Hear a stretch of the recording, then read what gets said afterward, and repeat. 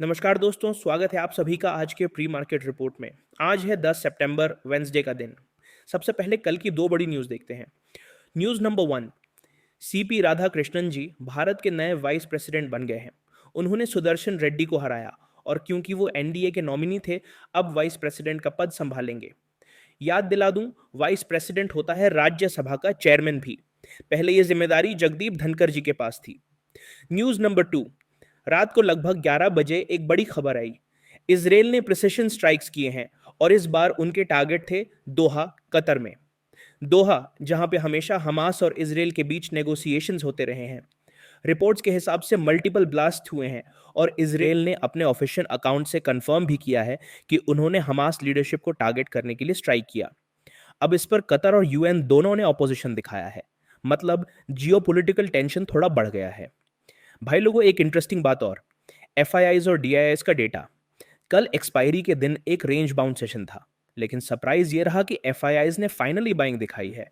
2050 करोड़ की net buying हुई है कैश में और डीआईआईज भी 83 करोड़ के बाइंग साइड में रहे।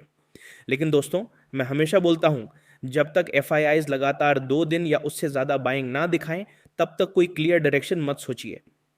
डेरिवेटिव स्टैट्स में भी इंटरेस्टिंग चीज है। एफआईआईज ने बैंक निफ्टी फ्यूचर्स सेल किए हैं, निफ्टी फ्यूचर्स में न्यूट्रल रहे, mid cap Nifty futures buy किए और निफ्टी 50 फ्यूचर्स भी बाय किए। मतलब मिक्स सिग्नल्स हैं। दोस्तों, अब ग्लोबल और गिफ्ट निफ्टी का हल सुनो। सबसे पहले गिफ्ट निफ्टी 24,924 पे ट्रेड कर रहा था, लगभग 39 पॉइंट्स नीचे, -0.16% का स्लिप। मतलब थोड़ा कॉशियस मोड है, एकदम से कोई बड़ी गिरावट नहीं, बस हल्का सा प्रेशर दिख रहा है। ओपनिंग में शायद मार्केट सॉफ्ट टोन ले ले। अब यूएस मार्केट्स पे आते हैं। डाउ जोन्स ने 196 पॉइंट का जंप मारा, 45,711 के आसपास सेटल हुआ। मतलब यूएस साइड से सेंटिमेंट पॉजिटिव था। नेस्डैक भी 80 पॉइंट ऊपर गया, लगभग 0.37% का गेन। ये दोनों इंडेक्स दिखाते हैं कि यूएस में रिस्क एपेटाइट फिर से इंप्रूव हो रहा है।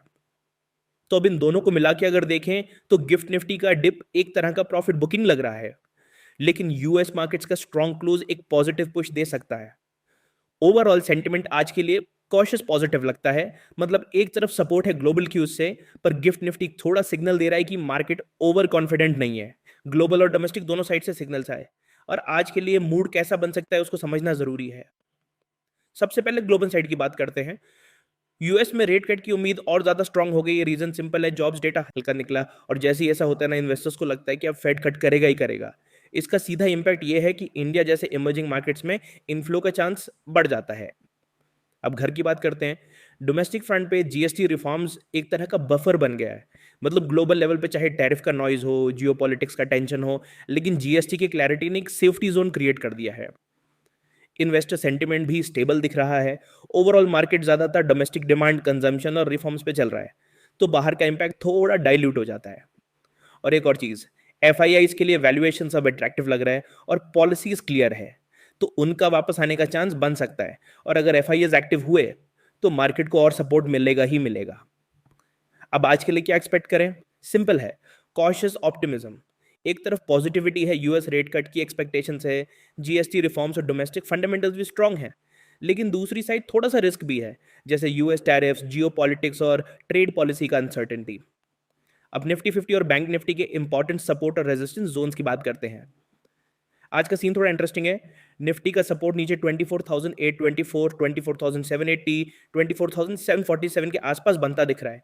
मतलब यहां पे बायर्स एक्टिव रहने के चांसेस हैं। अगर मार्केट इधर टिक जाता है तो बाउंस आ सकता है। और ऊपर की साइड रेजिस्टेंस क्लियर है, 24,900 936 और 980 के लेवल्स पे। बेसिकली अगर ये जोन ब्रेक हो गया ना, तो थोड़ा और मोमेंटम मिल सकता है, वरना यहीं से प्रेशर बनेगा, प्रॉफिट बुकिंग आएगी। तो सिंपल सा फंडा है, नीचे वाले जोन पे सपोर्ट देखना है और ऊपर वाले लेवल्स पे थोड़ा अलर्ट रहना है। मार्केट हमेशा सीधा नहीं चलता। अब बात करते हैं बैंक निफ्टी की। बैंक निफ्टी का सेटअप थोड़ा टाइट लग रहा है। सपोर्ट नीचे बनता है 54,080, 54,944, 53,809 के रेंज में। मतलब अगर मार्केट इधर सस्टेन करता है तो बायर्स फिर से एंटर कर सकते हैं। एक तरह से सेफ्टी नेट जैसा समझो। ऊपर की तरफ रेजिस्टेंस काफी क्लियर है, 54,351, 54,487, 54,623। ये जोन तोड़ना इजी नहीं है। अगर यहां से ब्रेक हुआ तो मोमेंटम मस्त आएगा, वरना फिर वही सेलिंग प्रेशर मार्केट को नीचे खींच सकता है। तो सिंपल सा अप्रोच यही है, नीचे के लेवल्स पे आग खोल के देखना है और ऊपर रेजिस्टेंस के पास थोड़ा सा अलर्ट रहना है, क्योंकि यहीं पे एक्चुअल गेम डिसाइड होता है। अब बात करते हैं सेंसेक्स की। कल सेंसेक्स 314 पॉइंट्स प्लस क्लोज हुआ 81,101 पर। हाई था 81,181। अगर मार्केट 81,181 के ऊपर सस्टेन करता है तो अगला टारगेट हो सकता है 81,380, और उस पर भी टिक गए तो 81,500 के लेवल्स भी देखने मिल सकते हैं। डाउन साइड में कल का लो था 80,927, उसके नीचे गए तो लेवल्स आ सकते हैं 80,817, 80,734, 80,656 तक। अब आज के स्टॉक्स टू वॉच पे एक नजर डालते हैं। विक्रम सोलर ने Q1 में धमाका कर दिया है, प्रॉफिट 133 करोड़ पे चढ़ गया फ्रॉम 22 करोड़, रेवेन्यू भी 1133 करोड़ तक जूम किया। ग्रोथ काफी स्ट्रांग लग रही है और ये पॉजिटिव वाइब क्रिएट कर रहा है मार्केट में। कोटक महिंद्रा बैंक में एसएमबीसी अपना 1.65% का स्टेक एग्जिट करने वाला है। ब्लॉक डील का साइज 6,166 करोड़ है। Floor price 1,880 rupees per share है। ये इससे थोड़ा स्टर क्रिएट होगा शेयर में और ध्यान अटैक्ट होगा। ब्लू जेट हेल्थ केयर के प्रमोटर 6.83% का स्टेक ओएफएस में बेच रहे हैं। Floor price 675 rupees per share है।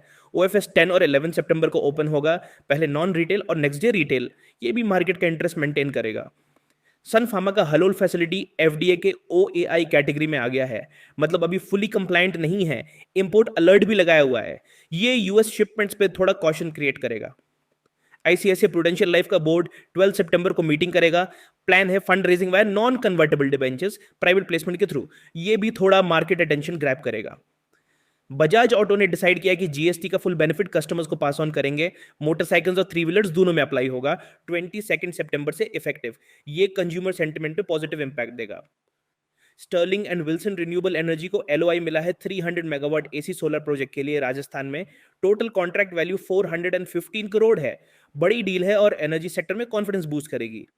संवर्धना मदरसन इंटरनेशनल ने टर्की में रिमेनिंग 25% स्टेक अक्वायर कर लिया है एसएमआर प्लास्टमेट में।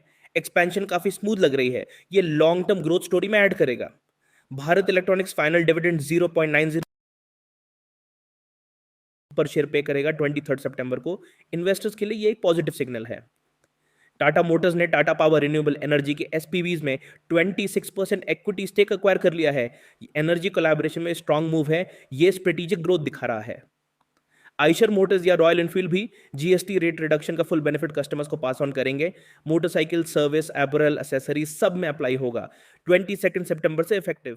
ये कंज्यूमर कॉन्फिडेंस और डिमांड बूस्ट करेगा। आपको पता है कि जीएसटी रिलीफ और फेस्टिव सीजन दोनों स्टार्ट होने वाले हैं। नॉर्मली इस टाइम कंजम्पशन बढ़ता है, लोग गाड़ियां, टीवी, फ्रिज, इलेक्ट्रॉनिक्स खरीदते हैं।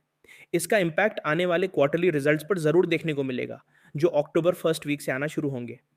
और हाँ दोस्तों, कल एक्सपायरी है, प्लीज कोई पोजीशन ओवरनाइट कैरी मत करना, वरना बाद में पछताना पड़ेगा। तो भाई लोगों, उम्मीद करता हूं आपको ये प्री मार्केट अपडेट पसंद आया होगा। वीडियो को लाइक करो, दोस्तों के साथ शेयर करो और चैनल को सब्सक्राइब करना मत भूलना।